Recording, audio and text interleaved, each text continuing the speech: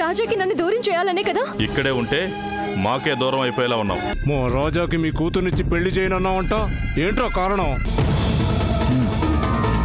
డబ్బులు మీరిచ్చారు. ప్లాన్ నాదే అయినప్పుడు డబ్బులు నేనేగా ఇవ్వాలి.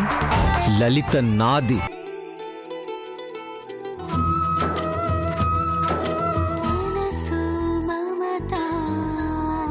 మనసు మమతలతో మెరిసే మనుషులతో కలిసే ప్రతి జన్మ ధన్యమే. సిరులు సొగసులతో మునిగే బ్రతుకులలో మిగిలేదొక వింత శూన్యమే. అనురాగాన్ని కొనరా అంటే ఇలలో దానికి వెలకట్టే సిరి లేదుగా, లేదుగా. మనసు మమతలతో మెరిసే మనుషులతో కలిసే ప్రతి జన్మ ధన్యమే.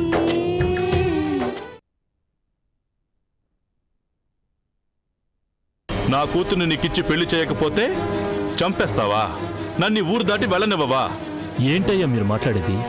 మా వాడి గురించి తెలుసా మీకు? ఎందుకు తెలీదు? బాగా తెలుసు. తెలుసు కాబట్టే వీడికి నా కూతుర్ని ఇవ్వను అన్నాను. అందుకే నీ కొడుకు నా మీదకి రౌడీల్ని పంపించాడు. చంపేస్తాడట. మీరేదో పొరపాటు పడుతున్నారు. నా బిడ్డ అలాంటి వాడు కాదు. వాడు అమాయకుడని మీరు పొరపాటు పడుతున్నారు.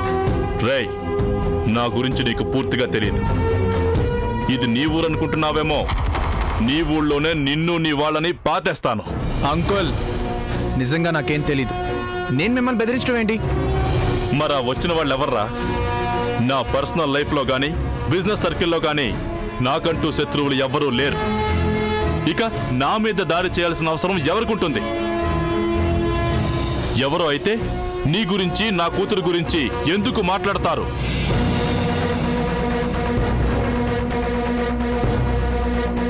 ఇన్నేళ్ల నా జీవితంలో నాకు ఎదురు నిలబడిన వాళ్ళు లేరు. ఫస్ట్ టైం నువ్వు ఎదురొస్తున్నావు. రారా, ఎంత దూరం వస్తావో రా. ఇప్పుడు చెప్తున్నా, నా కంఠంలో ప్రాణం ఉండగా నీకు నా కూతుర్ని ఇవ్వను. కాదు, నువ్వే కావాలని నా కూతురంటే దాని ప్రాణం పోయినా పర్వాలేదు. నీలాంటి వెధవ చేతిలో పడి జీవితం నాశనం చేసుకునే కన్నా అలా పోయినా పర్వాలేదు. రాజా, ఏంట్రా ఇది? నాకేం తెలియట్లేదమ్మా. అయ్యా, ఏదైనా ఉంటే లోపల కూర్చుని మాట్లాడుకుందాం. ఇలా బయట ఎందుకు? ప్లీజ్ లోపలికి రండి. ఛీ! వీడేమో బెదిరిస్తాడు, నువ్వేమో మర్యాదలు చేస్తున్నావు. నువ్వెంత, నీ బ్రతుకెంత? ఆఫ్టర్ ఆల్ డ్రైవర్ గాడి. నీకు నా కూతురు కావాలా? అంకుల్, మీరేమైనా అనదలుచుకునుంటే నన్నానండి. అనటం కాదురా, నీలాగా నా దగ్గర మాటలు బెదిరింపులు ఉండవు. మళ్ళీ నా కూతురు జోలికొచ్చినా, నన్ను బెదిరించాలని చూసినా నిన్నే కాదు, నీ ఫ్యామిలీలో ఎవ్వరిని బ్రతకనివ్వను.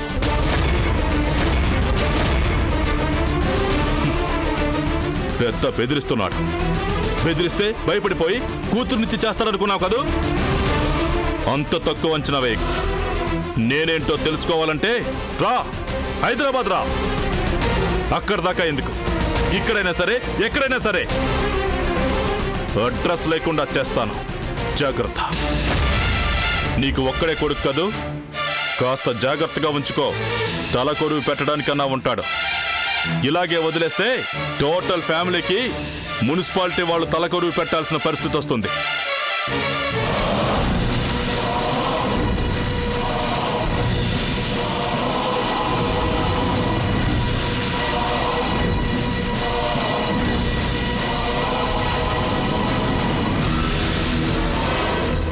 రాజా, ఏంట్రా ఇది? ఆయనేంటి అలా మాట్లాడి వెళ్ళాడు? ఏం చేశావురా? నేనేం చేయలేదమ్మా. ఏమయ్యా? ఏమయ్యా? నాన్నా, నాన్న, నాన్నా, నాన్నా, ఏమయ్యా? ఏమైందయ్యా? నాన్నా, నాన్న, అయ్యా, ఏమైంది నాన్న? నాన్న, ఏమయ్యా? నాన్న, ఏమైంది? ఏమైంది నాన్నా? నాన్నా, నాన్న, ఏమయ్యా? ఏమైందయ్యా? రాజా హాస్పిటల్ ఫోన్ చేయి. అలాగే అమ్మా. ఇదమ్మా పట్టుకో. నాన్న ఏం కాదులే, కొంచెం ఓర్చుకో.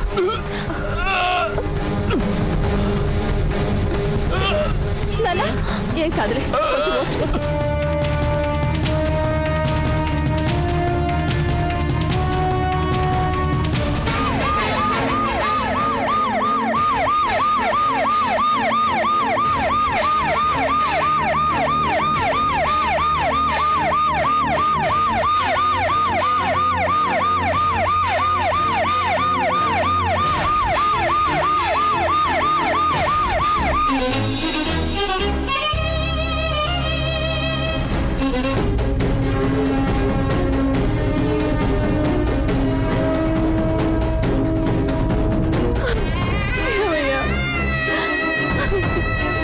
నానా నానా నాన్న నాన్న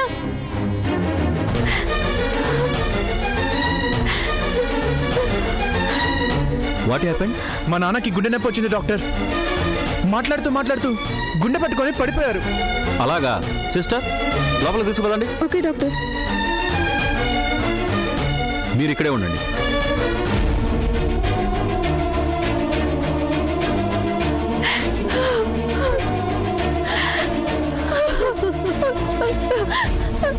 ఊరుకో అమ్మా, నాన్నకేం కాదు. డాక్టర్ చూస్తున్నారు కదా. ఈనాడు ఆసుపత్రి మొహం కూడా చూడలేదురా. అలా కూలబడిపోయారంటే నాకు భయంగా ఉందిరా. ఊరుకో అమ్మా.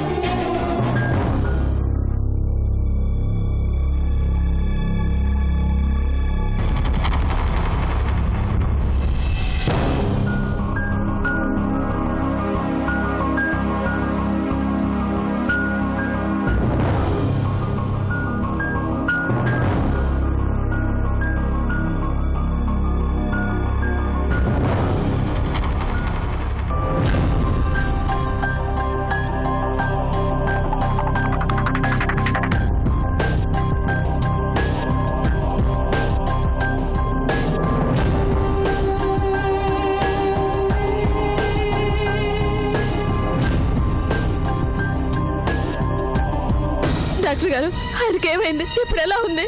తీసుకొచ్చింది ఇప్పుడే కదమ్మా, ట్రీట్మెంట్ జరుగుతుంది. కండిషన్ ఎలా ఉంది డాక్టర్? టెస్ట్లకు పంపించాం, రిపోర్ట్స్ వచ్చే వరకు ఏమీ చెప్పలేం. వెయిట్ చేయండి. అదేంట్రా ఏమి చెప్పలేమంటున్నారు? టెస్టులు చేయకుండా ప్రాబ్లం ఏంటో వాళ్ళు మాత్రం ఏం చెప్తారమ్మా? రే, నాన్నకేమైందిరా? ఇప్పుడు ఎలా ఉంది? ప్రాబ్లం ఏం లేదుగా? ఏమో, ఇంకా తెలియలేదురా. సడన్ గా పడిపోయారంటే ఏమైందో అని కంగారుగా వచ్చేసాను. ఇదంతా లలిత వాళ్ళ నాన్నగారి వల్లే అన్నయ్య. ఆయన మీద ఎవరో రౌడీలు దాడి చేశారంట. ఆ రౌడీల్ని అన్నయ్య పంపించాడంట. నువ్వు రౌడీల్ని పంపించడం ఏంట్రా? ఎవరు పంపించారో ఏంటో అర్థం కావడం లేదురా. ఆయనేమో నేనే పంపించాను అనుకుంటున్నాడు.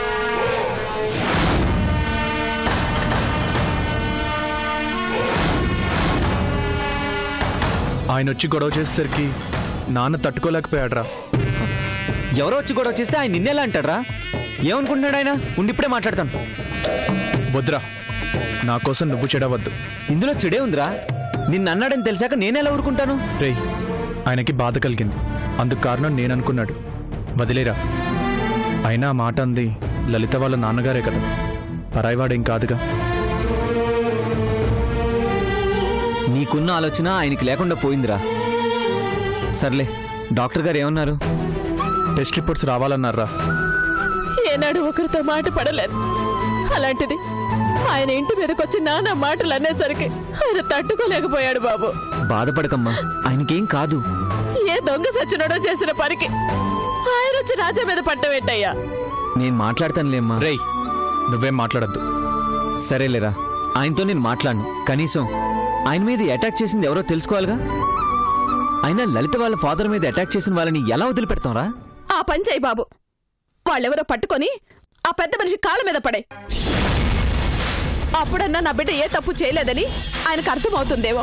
అదంతా నేను చూసుకుంటానమ్మా. రేయ్, నువ్వు ఇక్కడే ఉండి నాన్నని జాగ్రత్తగా చూసుకో. ఏదైనా అవసరమైతే వెంటనే నాకు ఫోన్ చేయి. అలాగేరా. అమ్మా, నువ్వేం టెన్షన్ పడకు. నేను చెప్తున్నాను కదా, నాన్నకేం కాదు. నువ్వు ధైర్యంగా ఉండమ్మా. సీత, నువ్వేంటి అమ్మకి ధైర్యం చెప్పకుండా? అవునా? నాన్నకేం కాదు, ముందు అమ్మని జాగ్రత్తగా చూసుకోండి. దీనంతటికీ కారణమైన రౌడీ వెధవల సంగతి నేను చూసుకుంటాను. వస్తానురా.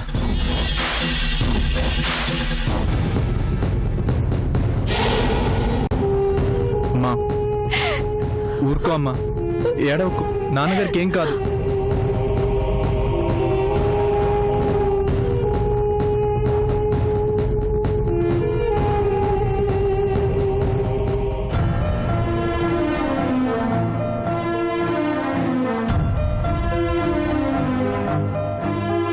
లల్లి నీ సొంత కూతురైతే కదా నువ్వు తన గురించి ఆలోచించేది. లల్లి నీ సొంత కూతురైతే కదా లల్లి నీ సొంత కూతురైతే కదా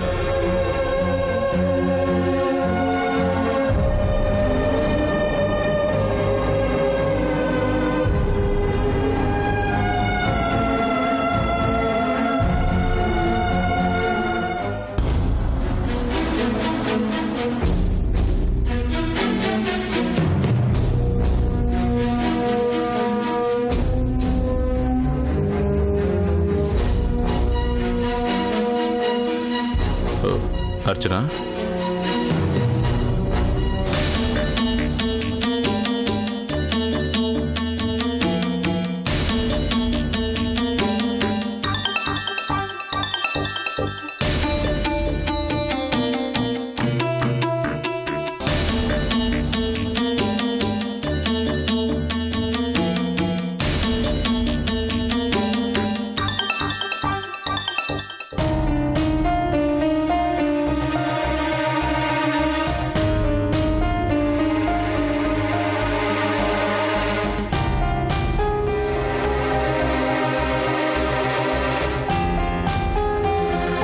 నువ్వు భోంచేసావా? ఆకలిగా లేదు, మీరు భోంచేసేయండి. అదేంటి అర్చన, భోజనం టైం అయిందిగా. కొన్ని మాటలు కడుపు నింపేస్తాయి, కొన్ని మాటలు ఆకలిని చంపేస్తాయి. నా గురించి ఎందుకులేండి, మీరు తినండి. లల్లి భోంచేసిందా? నాకేం తెలుసు? అదేంటి అర్చన, కన్ను కూతురైతే తిందా ఉందా అని అన్నీ చూస్తాం. తను నాకేమీ కాదుగా. ఏదో కోపంలో నోరు జారేశాను అర్చన. నా కోపం నీకు తెలుసు కదా. ఏదో ఒక మూల మీ మనసులో ఆ ఫీలింగ్ ఉంది, అందుకే ఆ మాట బయటకొచ్చింది. లేదర్చన, ఏదో మాట అనేశాను. అలా ఎందుకన్నానని ఇప్పటికీ బాధపడుతున్నాను.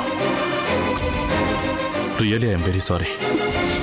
లల్లి నా కూతురు కాదని మర్చిపోయి చాలా కాలం అయ్యింది. మీరు అది గుర్తు చేశారు ఇప్పుడు. కడుపున కంటేనే బిడ్డ అంటే ఈ లోకంలో చాలా మంది తల్లులు గొడ్రాళ్ళుగానే బ్రతకాలి. అర్చన ప్లీజ్ ట్రై టు అండర్స్టాండ్ మీ. నేను అంత దూరం ఆలోచించలేదు. దయచేసి ఆ మాట పట్టించుకోవద్దు. నీకది మాటేనండి, కానీ ఆ మాటకున్న పదునెంతో, ఆ గాయం నొప్పిని భరిస్తున్న నాకు మాత్రమే తెలుసండి. అనేసరిగా వదిలేసేయండి. మళ్ళీ మళ్ళీ గుర్తు చేసి నన్ను ఇంకా బాధ పెట్టకండి. తినండి తినండి.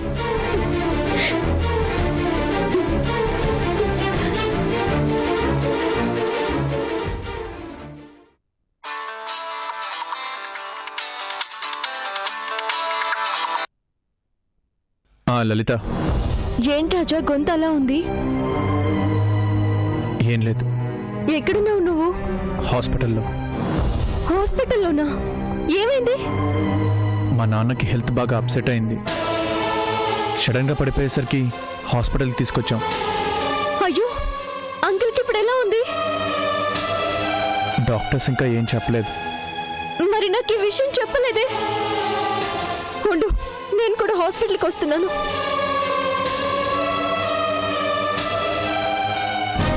లల్లి, ఎక్కడికి? రాజు వాళ్ళ నాన్నగారిని హాస్పిటల్లో జాయిన్ చేశారంట డాడీ. అందుకనేంటి డాడీ, పలకరించడానికి హాస్పిటల్కి వెళ్తున్నాను. అక్కర్లేదు, కామ్గా ఇంట్లో ఉండు. అదేంటి డాడీ అలా అంటారు? నన్ను చంపుతానని రౌడీలతో బెదిరించిన వాడి నాన్నని నువ్వు పరామర్శించడానికి వెళ్తున్నావా? రాజు ఎప్పుడూ అలా చెయ్యడు డాడీ. అంటే నేను అబద్ధం చెప్తున్నానంటావా? రాజు మనస్తత్వం నాకు బాగా తెలుసు. అంత చీప్ గా బిహేవ్ చేశాడు అంటే మీరు కాదు కదా, ఆ దేవుడు చెప్పినా నేను నమ్మను. లల్లి, ఎందుకు డాడీ మీరు ఇలా బిహేవ్ చేస్తున్నారు? రాజా మీకు నచ్చలేదు, అందుకే తనని ఏదో విధంగా నాకు దూరం చేయాలని మీరు ఆలోచిస్తున్నారు. వాడు నాకేంటి, ఎవరికి నచ్చడు. కానీ నాకు నచ్చాడు డాడీ. నాకు నచ్చలేదు. నా కూతురికి ఒక మంచి భర్త రావాలనుకున్నాను, కానీ ఓ రౌడీ రావాలని నేను అనుకోవడం లేదు. నాలాగే మీరు పొరపాటు పడుతున్నారు డాడీ. అతనేంటో తెలియక ముందు నేను మీలాగే అనుకున్నాను, కానీ రాజా చాలా మంచివాడు డాడీ. అవునవును, చాలా మంచివాడు. మీ అమ్మాయిని నాకు ఇవ్వకపోతే చస్తావు అని రౌడీ వెధవలతో బెదిరించేంత మంచివాడు. అలాంటి మంచితనం నాకు అవసరం లేదమ్మా. నువ్వు వాణ్ణి కలవడానికి వీల్లేదంతే. డాడీ నేను వెళ్ళాలి ప్లీజ్. లల్లి ఆగు, ఆగమనా? రాజా వాళ్ళ డాడీకి బాగోలేదని తెలిసాక వెళ్లకుండా నేను ఉండలేను డాడీ. వాడే వద్దు అంటుంటే వాడి కుటుంబంతో నీకేంటి పని? వద్దనుకోవడానికి అతను కావాల్సింది నాకు, మీకు కాదు. నాకు కానివాడు నీకు అయినవాడయ్యాడా? ప్రేమిస్తే చెడు కూడా మంచిగానే కనిపిస్తుంది, ద్వేషిస్తే మంచి కూడా చెడుగానే కనిపిస్తుంది మీకులాగా. నాకే మంచి చెడు గురించి చెప్తున్నావా? అర్థం చేసుకున్నప్పుడు అర్థమయ్యేలా చెప్పడంలో తప్పే ఉంది. నాకు అర్థమైంది. ప్రేమ మత్తులో నీకే అర్థం కావడం లేదు. డాడీ, అతన్ని మీరు చూశారు, మాట్లాడారు అంతే, కానీ నేను ప్రేమించాను. నాకన్నా మీకు ఎక్కువ తెలీదు. తెలిసిన రోజున మీరే బాధపడతారు. చెడుని చెడు అని తెలుసుకోవడానికి సంవత్సరాలు స్టడీ చేయాల్సిన అవసరం లేదు. వాడేంటో నాకు పూర్తిగా అర్థమైంది. నీకు త్వరలోనే అర్థమవుతుంది.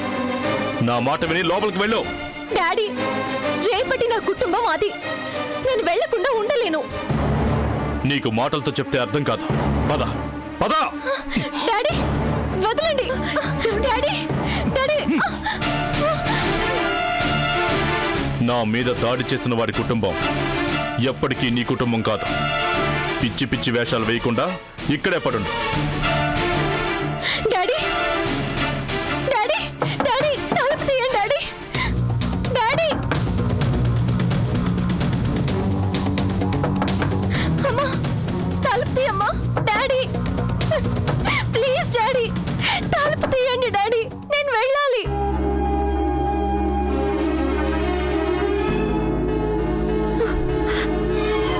మమ్మీ, రాజా వాళ్ళ నాన్నగారికి బాగోలేదు మమ్మీ, నేను తప్పకుండా వెళ్ళాలి.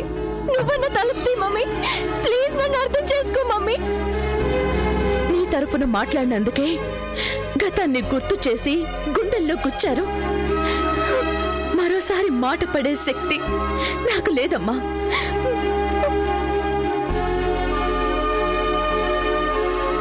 Mummy,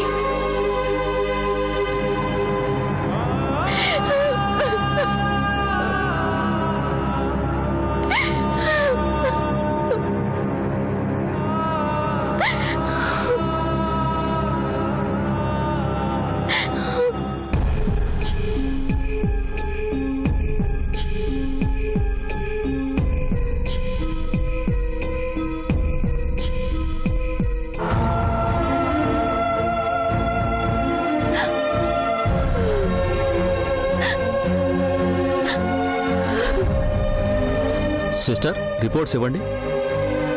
ఇవిగోండి sir.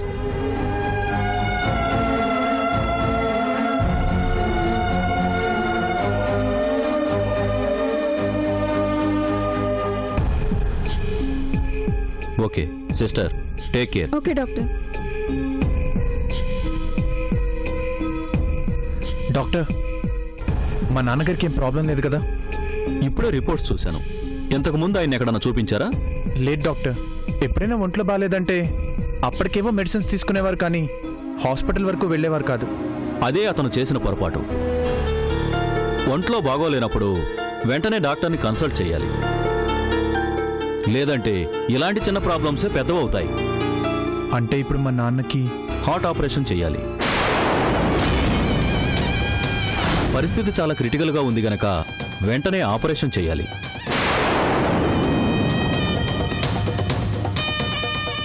ఆపరేషన్ అంటే ఎంత అవుతుంది డాక్టర్? 2 to 3 lakhs వరకు అవ్వచ్చు. సేఫ్గా ఒక 3 lakhs రెడీ చేసుకోండి.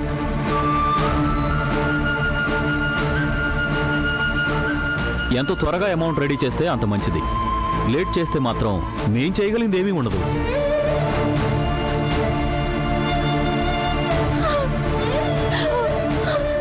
ఇలాంటి మనిషి ఆయనకి గుండె ఆపరేషన్ అయిందిరా. బాగాలేదంటే ఆసుపత్రికి వెళ్ళయ్యా అంటే విన్నాడా? ఇప్పుడేం చేయాలి? 1 కాదు 2 కాదు 3 లక్షలు ఎక్కడి నుంచి తేవాలి? ఆయన ఎలా కాపాడుకోవాలి? భగవంతుడా!